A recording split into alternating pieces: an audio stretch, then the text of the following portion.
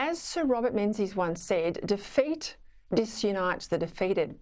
Since Saturday, there's been a cavalcade of self-styled modern Liberals defaming their own party with the argument that under Scott Morrison, it had somehow moved, and I quote, to the hard right. Now, as if, hard right. They adopted net zero. They failed to protect religious freedom. There was a failure to veto the politically correct national curriculum. There was also a failure to take on the authoritarian state premiers over pandemic lockdowns. If they think that's the hard right, then they need to shuffle over and join the Greens, as many suspect they will anyway. Predictably, the most shrill demand that his own Liberal Party move radically to the Green left, with bigger emission cuts than Labor, came from the New South Wales Treasurer, Matt Keane. In an article today for The Guardian, where else, Keane claimed that the Morrison government had, and I quote, pretended facts, for example, that humans are causing climate change didn't exist. Now let me repeat that. Keane claimed that his own government had pretended facts that didn't exist. That's rot.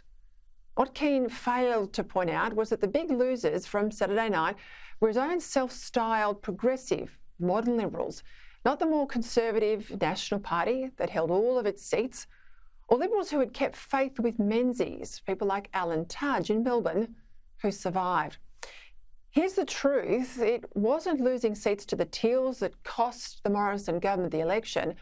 It was losing seats to Labor because the Libs hadn't created enough product differentiation. And it won't be going Green that wins the Teal seats back. It'll be having a strong coalition opposition to a bad Labor government that the Teals are propping up. But while the New South Wales Liberal government is doing its best to hurt the federal Liberal opposition, now minus most of these so-called modern Liberals, the federal Liberal Party was calmly moving to elect unopposed Peter Dutton and now likely Susan Lee, two level-headed Liberals who won't be spooked by Keane's special pleading. I'll have an update for you on exactly where that leadership chase is on a little later in the program. Part of the problem for the federal Liberal Party on Saturday was that too many of the state Liberal parties have forgotten how to oppose Labor. And it's these Labor-lite Liberals that just validate the whole political spectrum moving to the left. More on that too a bit later in the show. Because if you know your history, it shows that the Libs have had their biggest wins when they're led firmly from the centre-right. Think Malcolm Fraser in 1975 and 77, when of course then he at least was a Liberal, John Howard in 96, and Tony Abbott in 2013.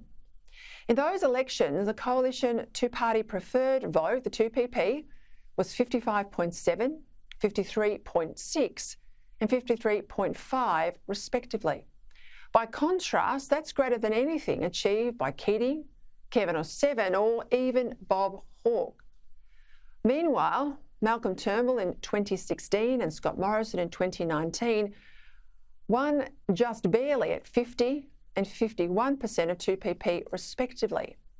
Now the facts say not only that Liberals do best when they're strongly led from the right, but also that the Australian electorate is more centre-right than left.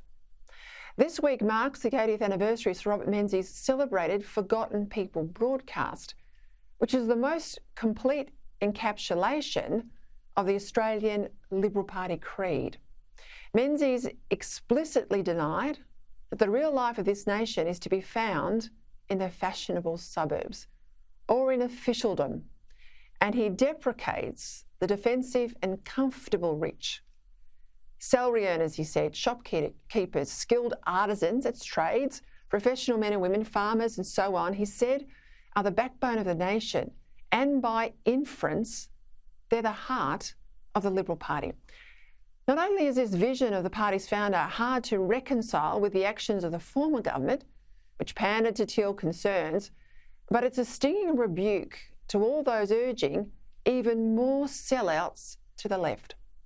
The challenge for the Libs is not to move more to the right or more to the left. It's actually just to be true to their own first principles.